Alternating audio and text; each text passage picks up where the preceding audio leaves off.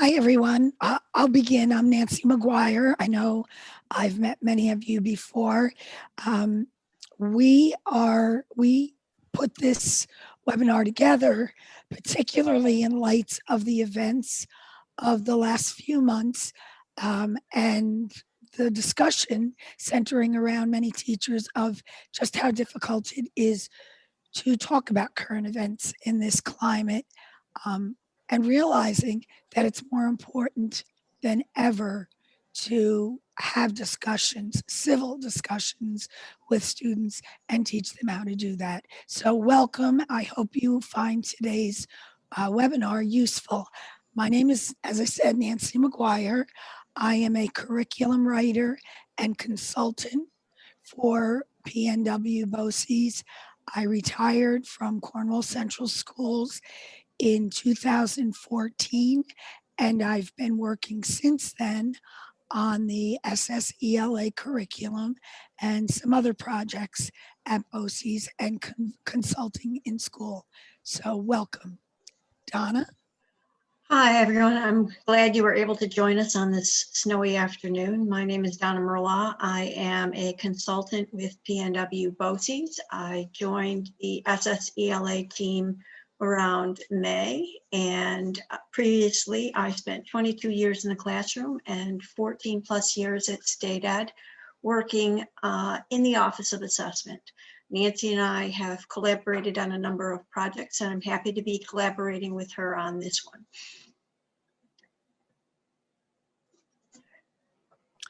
Okay, so the first thing we're going to do is we're going to take a short poll and get an assessment. I know there aren't many of us here, but just for the experience of the poll, because we thought this was kind of interesting. Greg, do you want to explain how they should proceed? Thank you. Greg, can you hear me? Sorry, I was just copying the link. So what I'm going to do is I'm going to put a link into the chat right now. This link will take you to a Google form, which will capture some very basic information about who you are. And it's just to get a sense of who is joining us today for this session.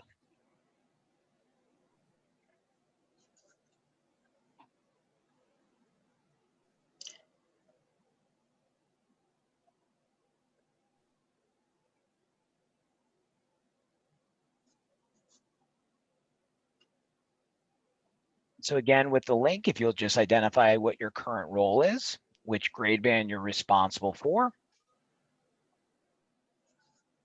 and then what best describes your goals for today's session. And we'll be able to see the responses captured in real time momentarily. Well, excuse me. I don't know how to get to that. I see it on my screen, but I have your face. I don't see the link in the chat. Yeah. Okay, I'm sorry. Let me repost that again for you folks. Apologize. Yeah. So I opened my chat, right? Yep, open your chat. It should appear momentarily. Sometimes Zoom glitches, but let's see if it'll go through this time. You see it now? Perfect. Okay, which best describes your current role? Teacher, which grade?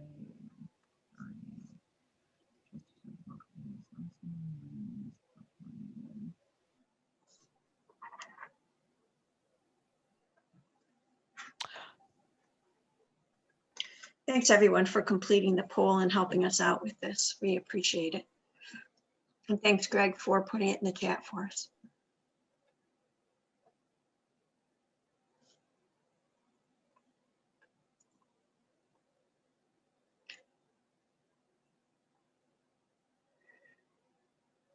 So as you can see, we have mostly administrators here today.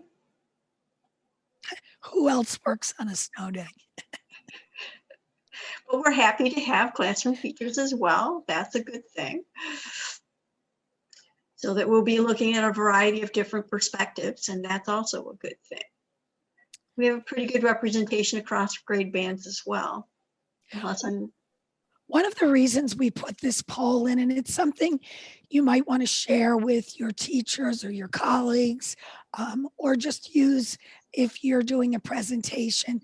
Doing a poll like this allows us to gather some information and then serve as a conversation starter.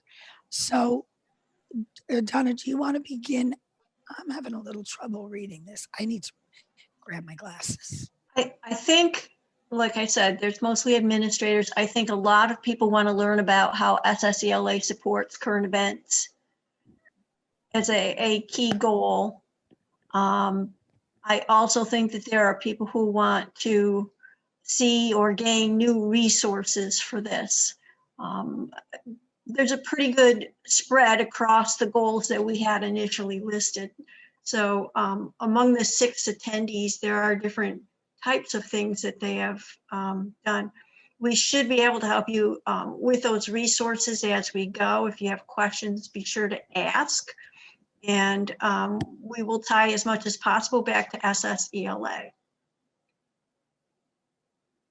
I do find it interesting, though, that the middle band, grade 3 through 5, I know we're working with a small number of teachers, but that is a somewhat difficult 5, 6.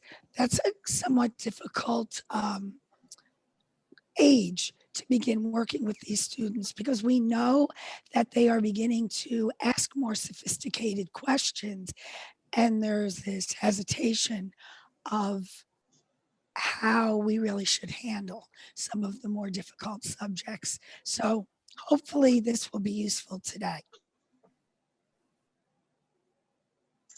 Next slide, Greg.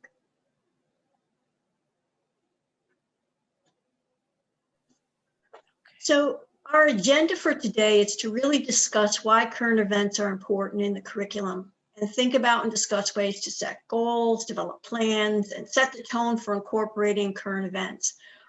We will be sharing some ideas around the importance of multiple perspectives, both perspectives from within the class, in other words, your student perspectives as well as your own, and perspectives in documentation, whatever materials you're using for discussing current events. Nance?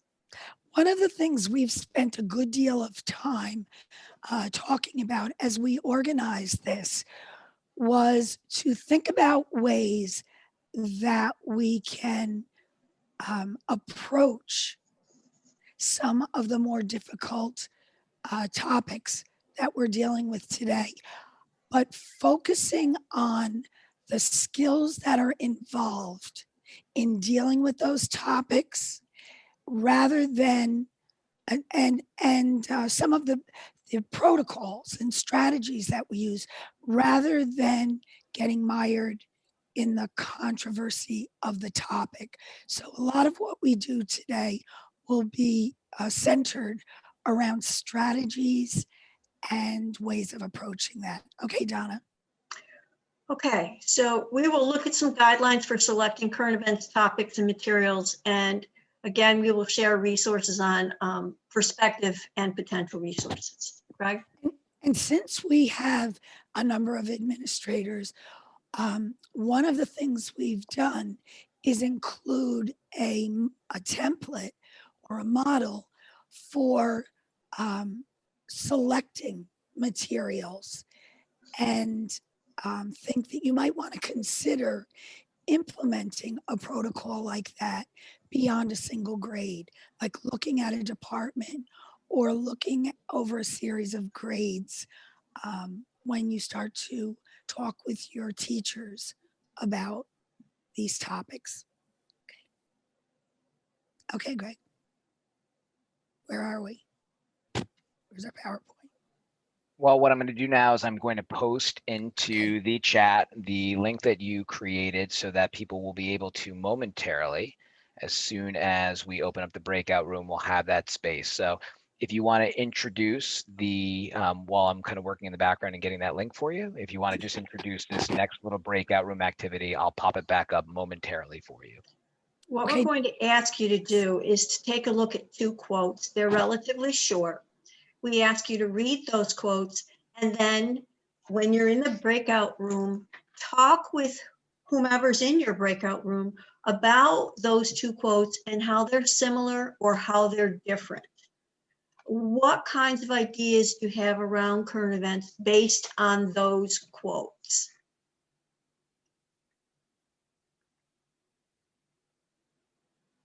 All right, so what I'm going to do now is I'm going to open up 2 breakout rooms. And as Donna and Nancy said, on these breakout rooms, you're going to see something's going to appear on your screen that's going to invite you to join either breakout room 1 or breakout room 2. When you are asked to join breakout 1 or breakout room 2, you're going to use that link that was just posted in the chat, and you're going to see that it opens up to a Google slideshow. That Google slideshow along the bottom will say breakout room 1 and breakout room 2. And we would just ask that you gather with the people within your group, and you'll notice that you are actually able to write where it says post it for your thoughts. These are text boxes, and you're actually able to record your thoughts right in those boxes. We will be asking people to share, if possible, what you discussed in your breakout room so that both groups can have the benefit of ideas being talked about in the groups. And again, remember what we're really looking for here is the noticings that you see in terms of similarities between the two, and then the differences that you see. So I'm just going to go ahead and create the breakout rooms. And this is something that you might want to think about when you're beginning a class. You might, as a hook, you might take 2 short quotes that offer 2 different perspectives. They may offer similar perspectives, and you can play around with that skill of, can you find some common ground in these 2 different perspectives? Or how are these, what is the similar thing that both of these quotes are saying? We purposely did not cite the authors. We'll talk about that later because that has a bearing on what we chose. But this is just a strategy that as you introduce a topic, you might want to do this just to get students started thinking.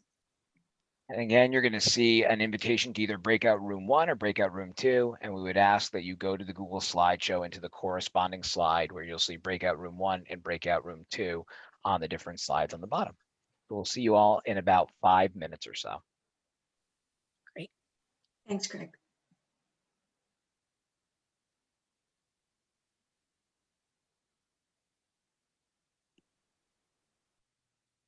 Go ahead, Donna and Nancy. Okay, Donna, do you want to start? Is there anyone in group 1 who wants to report out? Let's hear what they have to say, Nancy, and then we can make some summaries. Yes. Anybody in group 1 who's willing to share? Unmute the mic and talk to us. Hi, I'm Allison. Hi, Allison. Margaret was in my group. She couldn't speak, and Adam's typing on the PowerPoint now, so I'll, or on the Google Doc, so I'll speak. So after reading the 2 quotes, obviously we were all thinking that they had to do with citizenship, but then it was your role as a citizen, like, so as to make, your community work, what is your role as a citizen? And that, especially with the last line of the second, or the second to last line, the 2 last lines of the second quote, about working together. So your role is to work together, but by working together, it brings those different perspectives together because not everybody thinks the same. So you know that everybody's kind of being heard then. So that's kind of where we got before we came back. Okay. All right. How about group 2? Anybody from group 2 willing to share, report out? Hi, Thanks, Doc. Allison. Hi, Nick. How are you? Well, thanks. And yourself? Great, thank you. So like group 1, we were very similar without going into a long dissertation, but then we kind of carried it a little further and talked about that sometimes actions speak louder than words, that these are kind of lofty ideas that we all believe in, and yet we don't necessarily practice them, and that people say a lot of things, but their actions are not necessarily their words. And so how do you convey that to really younger students is really a difficult thing for elementary teachers who struggle with what to say, how to say it, the kinds of things that are politically charged because you're not really sure what goes home, but you have to deal with that reality. So it is nice to say these things, but in the climate that we live in right now, what does it really mean to be a citizen? It depends on where your political ideologies are. Mhm. If I've summarized it correctly, but my two lady colleagues will correct me if I'm wrong, but that's generally the idea. Okay, so I'm hearing lofty goals and goals of working to hear different perspectives and understand that there are different perspectives, and that in order to be a good citizen, you need to do that, but you also need to take action. And in the current climate, that's a difficult situation.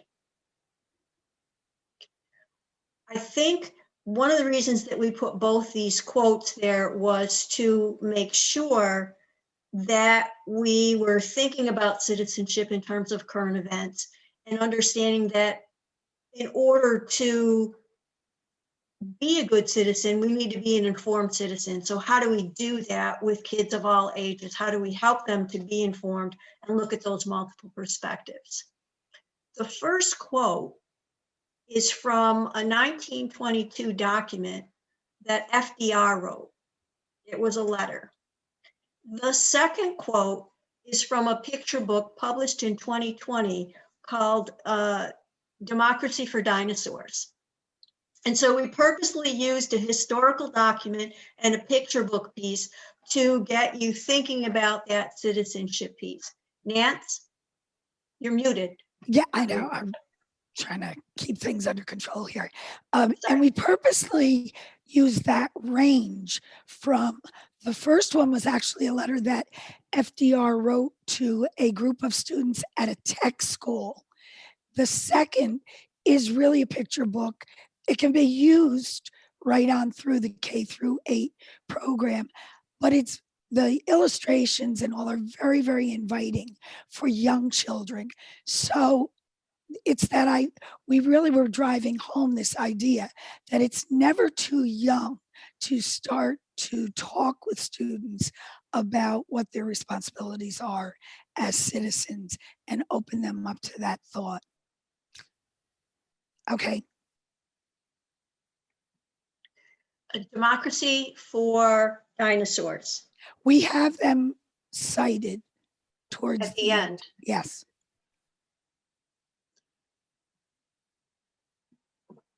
Okay, so if we're going to talk about current events, and current events is part of being a good citizen and an informed citizen, then we need to set clear goals for what we're going to do in the classroom.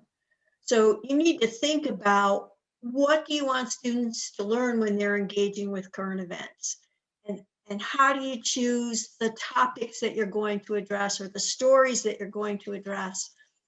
And then how often do you really want to do that? Yes. That's great. This next graphic. So this sort of, now we're moving into another area, and that is, how do we kind of guide ourselves to make sure that the current topics, issues we select are carefully connected to the framework or to the curriculum we're working in, that we don't simply select a topic because it's a very popular topic or it's in the news frequently. This is a diagram that was developed at BOCES, and it's showing you the coming together of key ideas, conceptual understandings, and content that comes from the framework, the standards or the lens through which we examine events or people or issues that are dealt with in the core, in the framework, and then the skills or the practices that we are reinforcing with students when we decide not only on a topic that we're going to broach, but how we're going to present it and how students are going to work with it. And you'll see that diagram, performance tasks, the confluence of those three pieces should be the performance task you design. They're not always, not every performance task will include all three of those at the same time, but you should shoot for at least 2 of the 3. When you're working with current events too, Nancy, I'm going to interrupt you for a second. That's okay. You're gathering, using, and interpreting information. In the last exercise we had you comparing, right?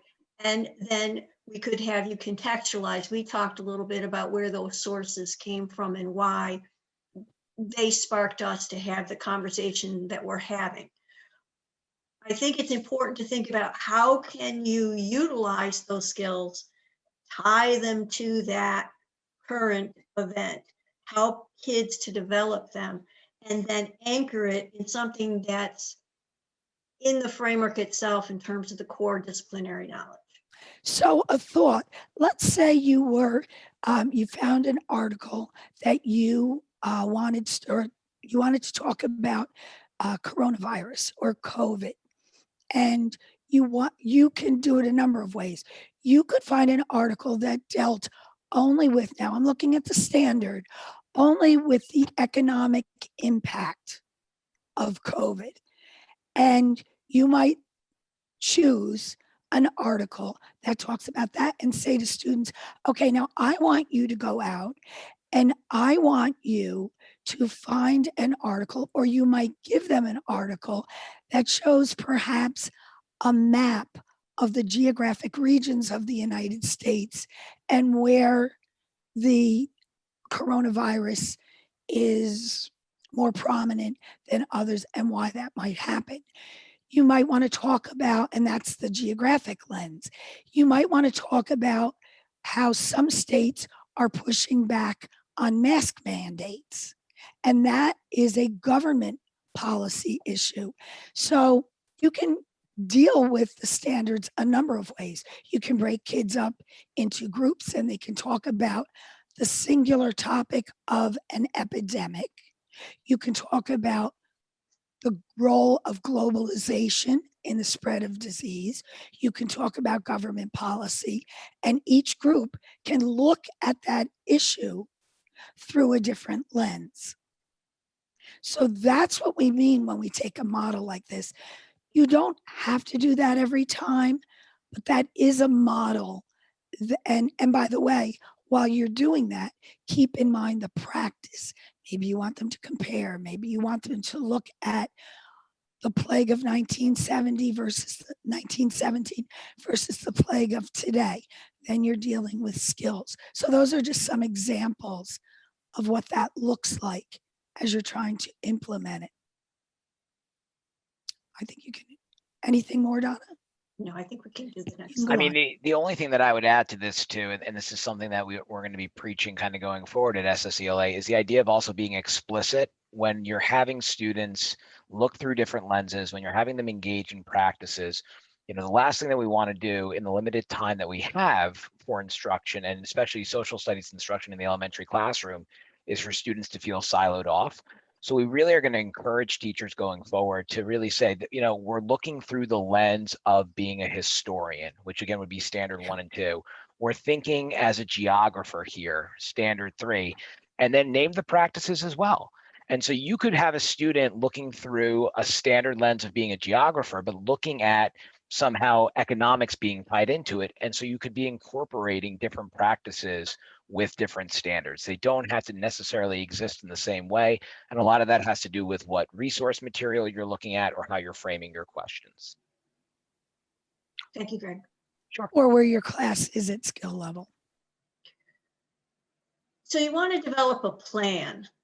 And in doing that, we're going to put you in another short breakout room and ask you to discuss current events and how you do that within your classroom, how you choose or how your school chooses which current events and issues to address, and what practices you embed in your current events lessons and strategies or activities you've used to teach current events. So what are you currently doing?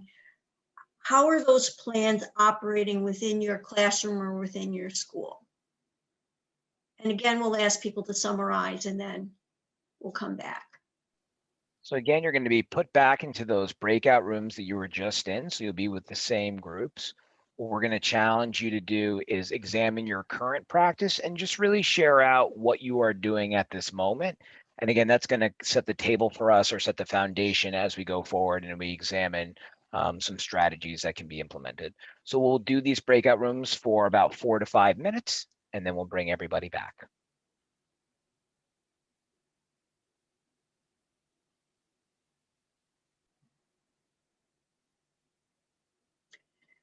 Thanks, guys, for spending some time in the breakout rooms and discussing. Anyone want to share from breakout room 1? Anything from that discussion? Hi, Adam.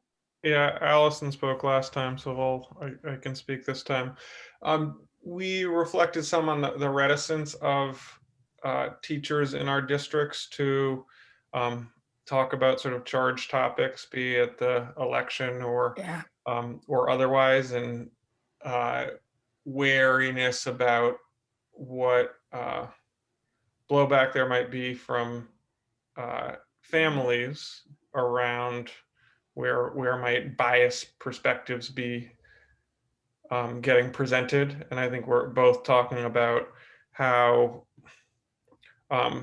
they have a committee, I think, that Allison could speak to more, but how do we, on sort of a district level, provide guidance for teachers to take on these topics. And I also brought up the challenge in these times when the political divisions aren't necessarily grounded in agreement on facts. And as social studies educators and educators in general, we need to focus on evidence that is sourced and contextualized and corroborated. Though I suppose you might have people who say that some sources are bogus, even if we think they're credible, or vice versa. So it's a tough climate in that regard. Thanks for sharing. How about group 2? Some thoughts. All right, I guess I'll go. Thanks, We Nick. Yep, you're welcome. We have a 3rd grade teacher that is completely virtual, and she is just trying to get through the curriculum, spending 2 weeks on social studies and 2 weeks on science. And it's really hard given the kind of constraints that she's under. So that was one of the things that we really discussed, that current events, at least in that particular district, and correct me if I'm wrong, Ms. Clark, but that's kind of the obstacle that she's faced with. They do try to, I think she did mention referencing like the election and things like that when appropriate, but for the most part, they avoid or not have enough time to do what they're asked to do. Go ahead. We stick to the core curriculum and move right through that. That's enough. And, besides, with remote, our time is very limited. There's not a lot of time for chit chat. It's not an easy situation, and finding places where it fits in the core is not always apparent, but sometimes you can find ways to work those things through. But the controversies that surround some of what happens too, it's important to think about tone and how you're going to approach that in the limited span of time that you have. So we also talked about, and Donna, I'm from the Albany area. So Right. I just went into a 1st grade classroom the other day, last week. And one of the things the teacher was doing was comparing, they were doing a big thing on the inauguration, and with Lincoln's birthday coming up over break, she did something comparing Abe Lincoln to Joe Biden using a Scholastic article. And she did a really nice job. The hard part is it's a very difficult article. She has to read it to the kids because they're 1st graders. And so the vocabulary piece of that, the acquisition of those words, became a big focus of the lesson. But the reality is, at the end, they had a really nice T-chart, and the kids could probably tell you, based on those 2 figures in history, the kind of character traits of a good president. And so that was the basis of the lesson. So she took something that's been happening locally, compared it to something that happened in the past. And I always preach that we should use local history. So we talked about Lincoln was in Albany twice in his lifetime. I actually think it's 3 times. Once when he was inaugurated, and then once when he had passed, where his coffin came through the city. So the kids they kind of enjoyed that. They were surprised, but part of the article was a map where it showed the path from Springfield, Illinois, going right through Albany to Washington, D.C. So there was some geography there. It was really a crafty lesson, but that's kind of how we tend to approach those things as much as possible. And that's where my role becomes important, because I encourage that as much as I possibly can. And actually, Nick, think of all of the practices that were engaged in that lesson. There's chronological reasoning, there's geographic reasoning, there's comparison. So that was one of the ideas that we were talking about. Current events doesn't just have to be about the here and now discussion. Embedding those practices into a current topic is as useful for students as engaging them in that more, controversial or timely conversation that sometimes teachers, they think it needs to come out of a newspaper or a magazine, and it doesn't necessarily. And I think That's the a other thing that great you idea. point out in the discussion here, Nick, is that vocabulary is essential, and that in the situation that that particular teacher was in, she scaffolded by doing a read aloud, but she also reinforced, based on what I'm hearing, what that vocabulary was. And it was probably not every word, but certain words that were really key to making sure that the kids understood what was being talked about. So some of those kinds of skills get at the ELA as well as the social studies and help to grow understanding. So that's also important here. Like, what is a leader? Talking about their leadership qualities, and just that single word, leader and leadership, is very important. Great. That's great suggestion. Okay.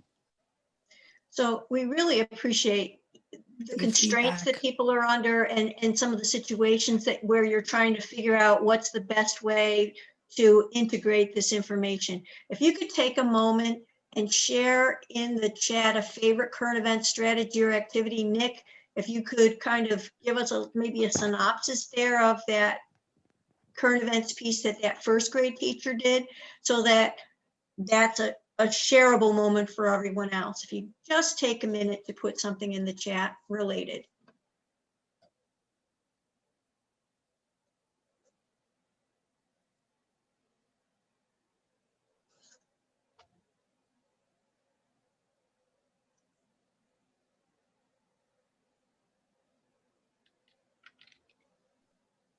Pause for just a minute. Allison has posted triangulate to see if something is fake news. So in other words, evaluating your sources. That's both media literacy and social studies, gathering, using, and interpreting evidence. So that's a great thing. And figuring out how to do that with younger kids.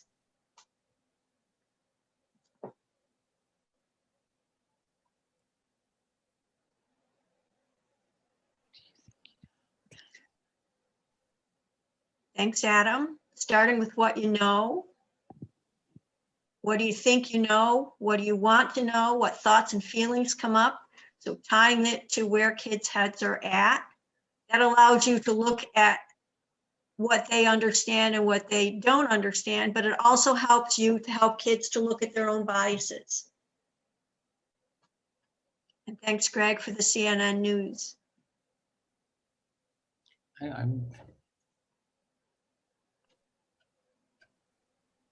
Okay, I think we can move on. I know we're stretched for time. Go ahead, Nancy. All right. Okay, so if we're going to talk about having a classroom discussion, there's a difference between a discussion and a debate. And I think kids need to know that, and adults do as well. In a debate, you're trying to take sides and you're trying to persuade. In a discussion, you're trying to understand, and you're looking at different people's perspectives on that. You're not necessarily trying to persuade.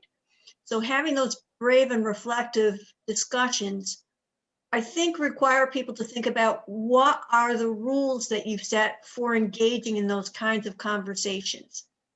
Whether it's around a picture book that you're talking about, or a news article. And these particular ones we happen to take from the Democracy for Dinosaurs, but they're not the only ones that you can use. Listening and not interrupting and expecting others to listen and respect what's being said is really important. So respecting others, telling the truth and knowing what you're talking about, I think are also key.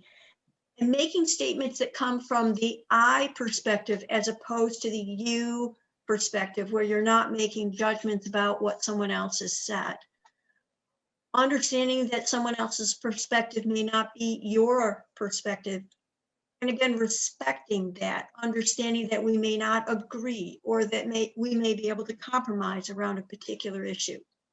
The other thing I think that's important in terms of setting those expectations and that tone is what happens if you don't follow these rules in that discussion? Do kids understand what the expectation is and that there are consequences if they're not engaged in following those rules? So perhaps it's sitting on the outside and not being able to engage in the discussion, where they then have to keep track of what people are saying and then summarize or do something else instead. But setting the tone in terms of what you want them to do and how they engage, modeling it for them and reinforcing it so that on different occasions you have discussions and perhaps they have to tell you what those rules are so that it becomes part of the routine. I think Okay. one thing just to kind of mention quickly as well, thinking that there's a lot of administrators in this space, is that if this becomes the standard organizationally across a district or certainly within a building, it's much easier for teachers to utilize that. So if students from the time that they're in kindergarten are hearing, and it can become more sophisticated, and the language can obviously change to be more developmentally appropriate, but if from the time that we bring kindergartners into a classroom and we're talking and we're discussing current events or what's going on in the classroom community or broader community around us, and the expectations remain the same all the way through 12th grade, teachers don't find themselves reinventing the wheel every year. So setting those kind of organizational expectations and then supporting teachers in it, right? Because as administrators, if we are going to have teachers engage in courageous conversations, it is important that we do back them up and that we're, willing to stand side by side with them and explain to the community why we're engaging in these conversations, how they relate and connect to the framework. Those are really important things for us to do as administrators and leaders as well. I just put in the chat room some ground rules for safe and respectful discussion.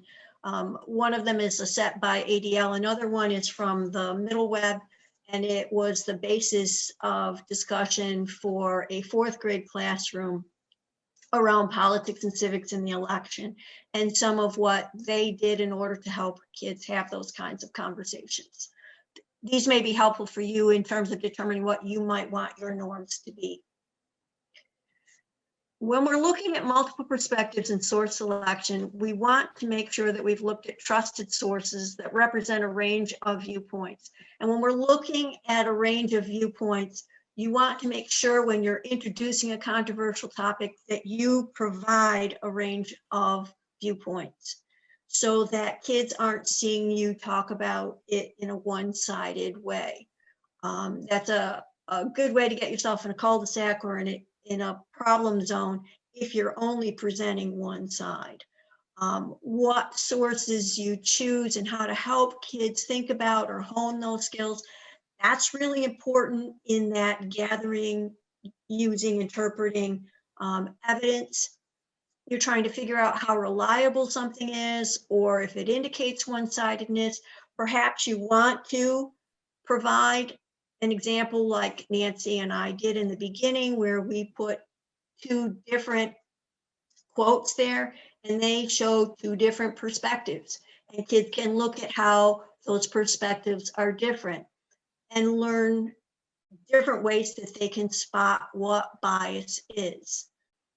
Another thing that you could do is have kids look at it as a barometer, kind of you take the temperature of the class by engaging in an activity where they say they're for it, they're against it, they're somewhere in between.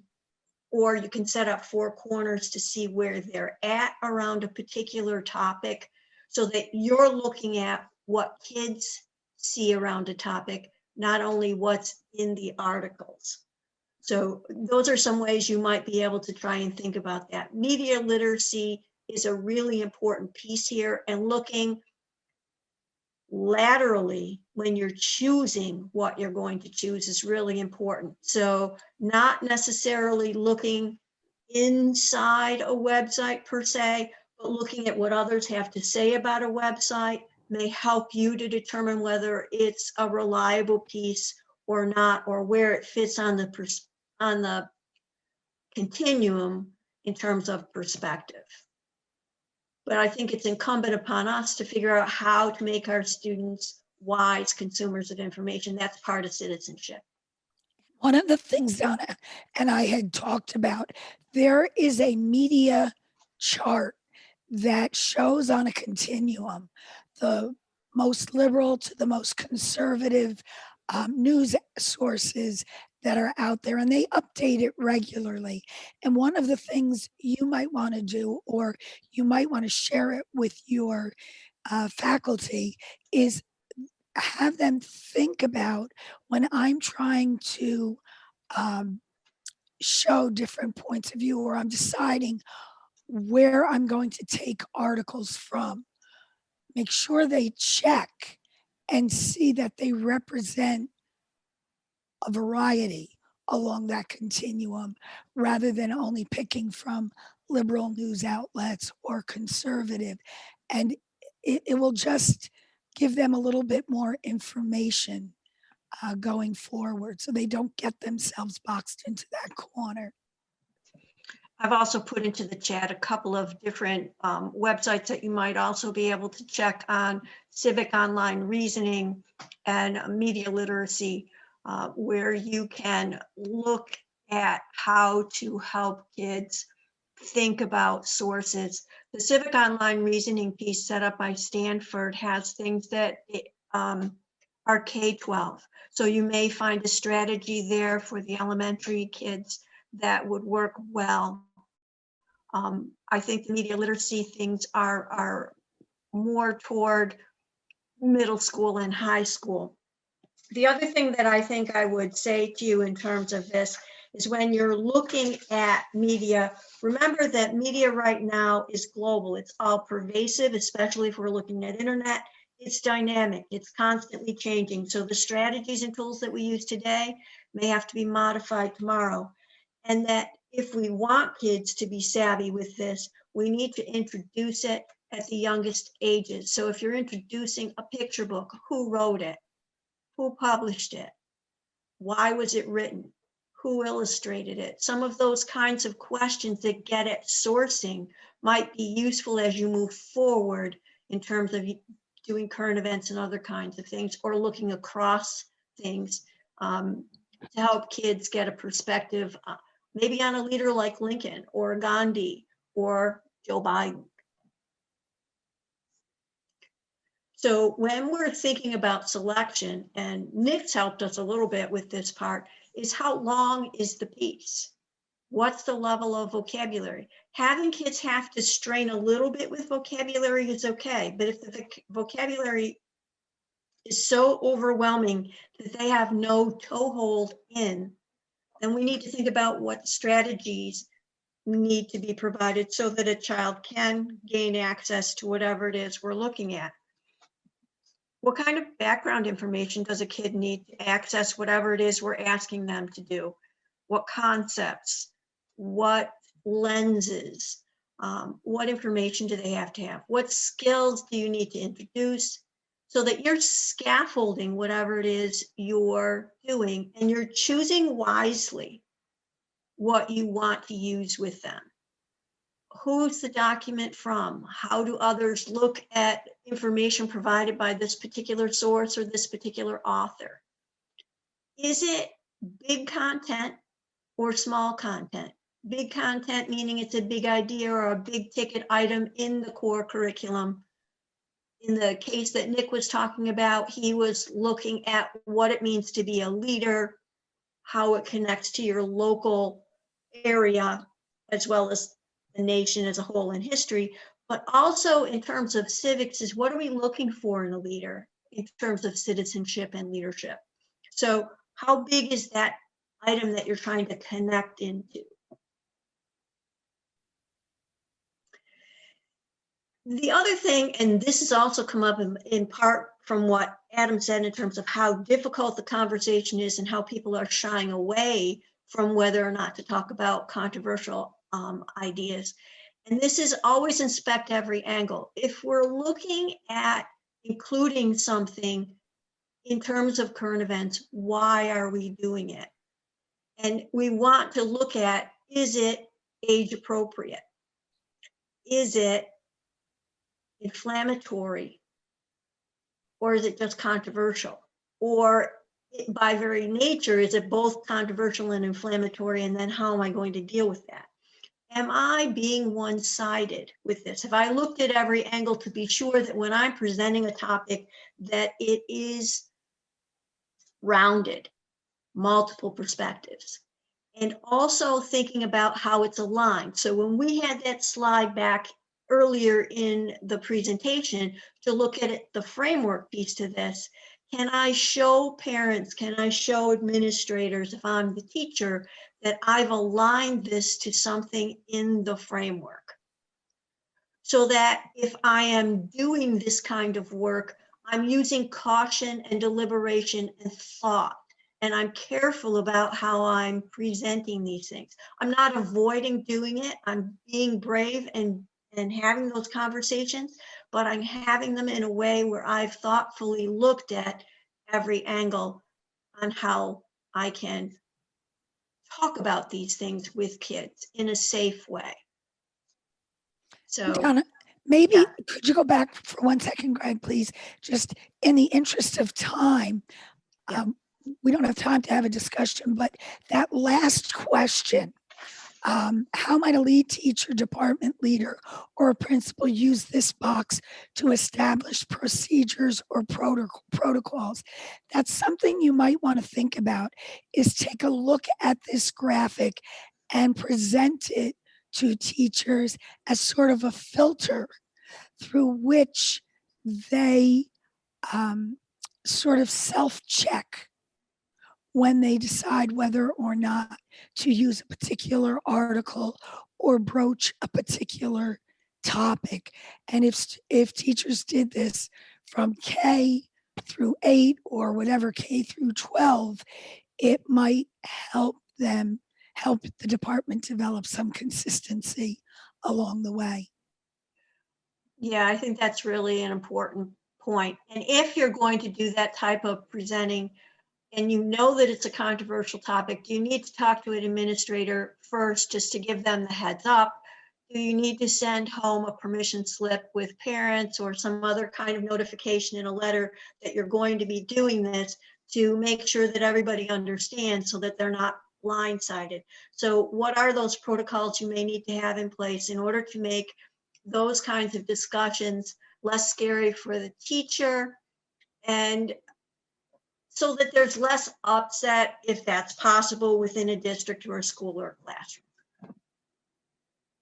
So if you don't mind taking a quick moment to tell us in the chat either how this box might be useful for planning current events or discussions in your classroom or in aiding your building, that would be good, if you don't mind.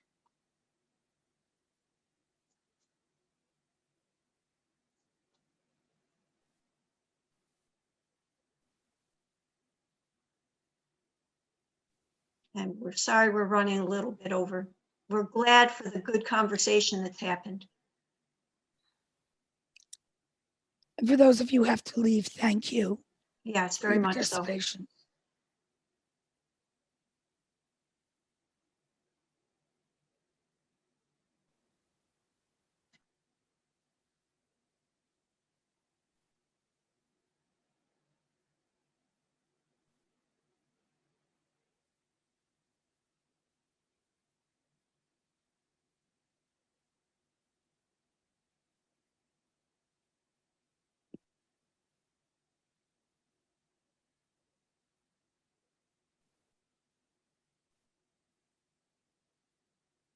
Thanks for sharing, guys. We really appreciate it. Maybe we can move on. Yeah. I think Nick might be typing, but we'll take a Oh, look at what okay. he's got. That's okay, I what he's can't got. see what's going on. Yeah. My apologies. I got a couple things going on at once, so No worries, Nick. I'm here. Yeah. Our last thoughts on the topic today are be thoughtful when planning. Think about what you want to do and be deliberate in doing it. Make sure that it aligns and that people are aware of what you're doing. Be brave and be safe. And we really appreciate the time that you guys have taken to spend this hour plus with us and having this conversation. If you could, in final thoughts, give us any ideas on what you would like to see in the future, either related to this topic or similar topics in the chat, that would really help us out. But thanks again today for being with us. We've listed a number of sources that we've used in constructing this presentation, and Greg's going to post the recording of this probably at the end of the week, and also probably a PDF of the presentation itself, the PowerPoint, so that you would be able to gain these sources in another way toward the end of the week or the beginning of next week. Anything else, Nancy, you want to add? Or I just want to point out that facing history checklist. We thought that excellent. was very useful. There is a more complete unit in that that links to that educator's resource, and your teachers might find that useful. That checklist has a number of different strategies for approaching controversial topics that you Yes. may also want to use. That's a really good piece. So check out the checklist. It's a PDF that you can download, and it has a number of different worksheets and other things that I think you may find useful.